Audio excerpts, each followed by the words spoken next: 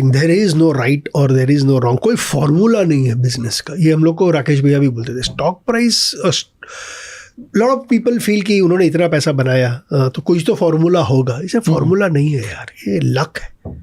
And वो luck को अलग तरह से डिफाइन करते थे। आप भैया की हमारी ऑफिस में आते थे ना रेयर में, तो आज भी है, वहाँ मंदिर है, is a big believer of God and elders. तो वो लक को डिफाइन करते थे और हमारे मंदिर के ऊपर में लिखा है with God's grace and elders blessing. So he says यार मैं तो सोच रहा हूँ। सो भैया का एक बहुत यूनिक चीज़ थी। सपोज आप भैया के फ्रेंड है, आप भैया का अपना रूम था, सारे टर्मिनल्स लगे हैं, वो देख रहे हैं, और आप आके बोलेंगे राकेश क्या लेने का है। एंड सपोज उस टाइम भैया लुपिन में इन्वेस्ट कर रहे हैं, ये रियल स्टोरी है, मैं तो लुपिन ले रहा हूँ, तेरे को लेना है ले ले, ओके आप जाके ले लोगे। मैंने एक बार भैया को पूछा, एक कलकत्ता का CFO आया था, उसने एग्जैक्ट सेम स्टोरी, भैया लुपिन खरीद रहे थे, उसको पूछा, उसने बोला लुपिन ले ले। मैं थोड़ा सा टिकन अबैक था, यार आप खरीद रहे हो, आप क्यों इसको बोल रहे हो खरीदने के लिए। तो इसे प्रशांत, मेरे खरीदने से अगर स्टॉक प्राइस बढ़ता तो ये मार्केट यहाँ नहीं होता। मैं कौन हूँ, कुछ नहीं हूँ इस मार्केट का। लुपिन का स्टॉक प्राइस तभी बढ़ेगा इफ द कंपनी का परफॉर्मेंस बढ़ता है। तो परफॉर्मेंस बढ़ेगा, मेरे को एक व्यू है कि इसलिए शायद परफॉर्मेंस बेटर होगा। मैं अपना रिस्क ले रहा हूँ इस स्टॉक के पीछे, वो अपना रिस्क ले रहा है। अगर लुपिन का स्टॉक प्राइस बढ़ेगा, मेरा जीरो हाथ है उसमें। पूरा काम किया है देशबंधु गुप्ता और उनके BTO ने। मैं तो लक्की था कि मैंने उनके ऊपर एक पॉइंट ऑफ व्यू लिया, ये बंदा लक्की था कि मैंने उसको बोला, बट रिस्क उसका है, अगर नहीं भी करेगा तो यार जो मैं बताने की ट्राई कर रहा हूँ, वो हम लोग को कंसिस्टेंटली ये समझाने की ट्राई करते थे कि यार कोई भी बिजनेस में आप वो हम लोग को एक चीज बोलते थे कि you invest always in the realm of possibilities. Here the flip question. हाँ, तो फिर राकेश झुनझुनवाला इतनी बड़ी ब्रांड कैसे बन गए? ओके, क्योंकि अगर उनके पैसे डालने से ना मार्केट में कुछ हो रहा है, आप जैसे बोल रहे हो accordingly, which is I don't know अगर ऐसा होता है कि नहीं होता है, ओके, तो वो बोल रहे हैं कि उनके डालने से या उनकी इन्फॉर्मेशन से कुछ नहीं होता। उनके पास कोई फॉर्मूला नहीं है, वो अपना एक पॉइंट ऑफ व्यू से पैसे डालते हैं, राइट। उन्होंने जितने पैसे कमाए उनसे कई ज़्यादा कितने लोगों ने भी पैसे कमाए, करेक्ट, राइट, लेकिन उनकी इतनी बड़ी ब्रांड नहीं बनी। करेक्ट।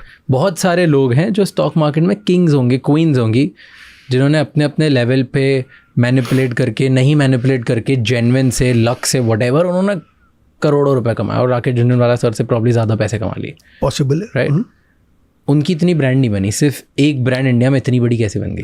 क्योंकि एक ही बंदा था जो अपनी, बोलते हैं ना, he used to wear his heart up his sleeve.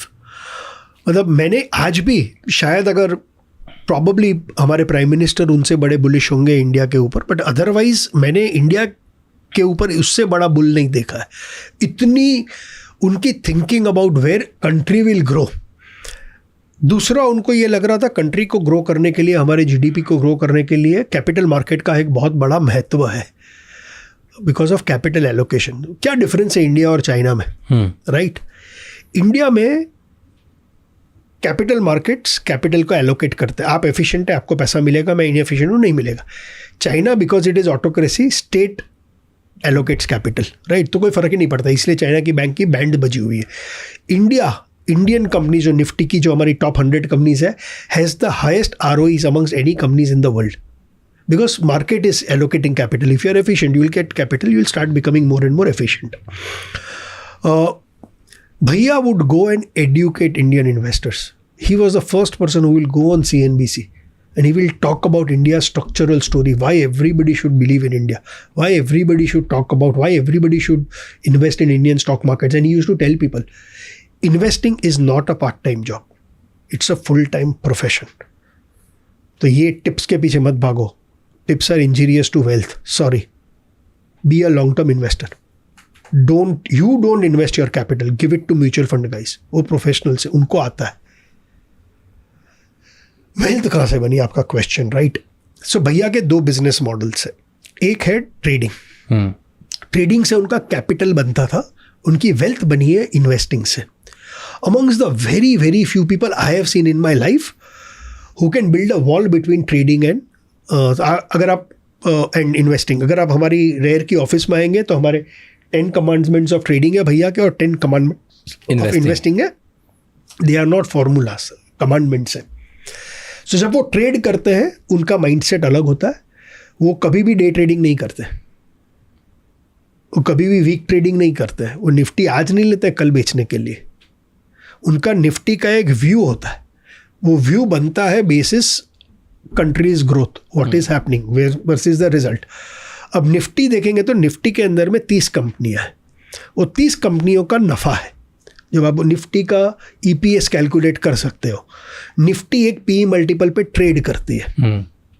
आज as we are speaking Nifty is trading at, and stock market 1 year forward पे ट्रेड करता है. आज Nifty is trading at about 18 times FY25. अब निफ्टी में हर एक company के market cap को एक वेटेज दिया जाता है.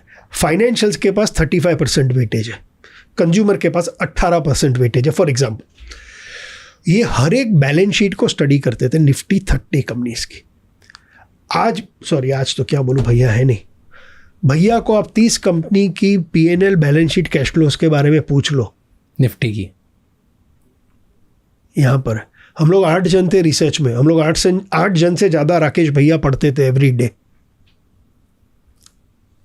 ठीक है. Now basis all the macro information coming, he is starting to make a view कि यार.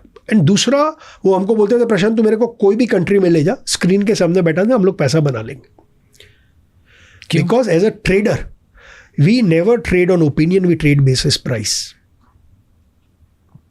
डिफरेंस. वो लोग जब स्क्रीन देखते हैं आपको पता चल रहा है क्या वॉल्यूम हो रहा है, कौन सा स्टॉक बढ़ रहा है, वॉल्यूम के साथ बढ़ रहा है कि घट रहा है. You are taking your decision basis the sentiments of the market which are reflecting in the volume.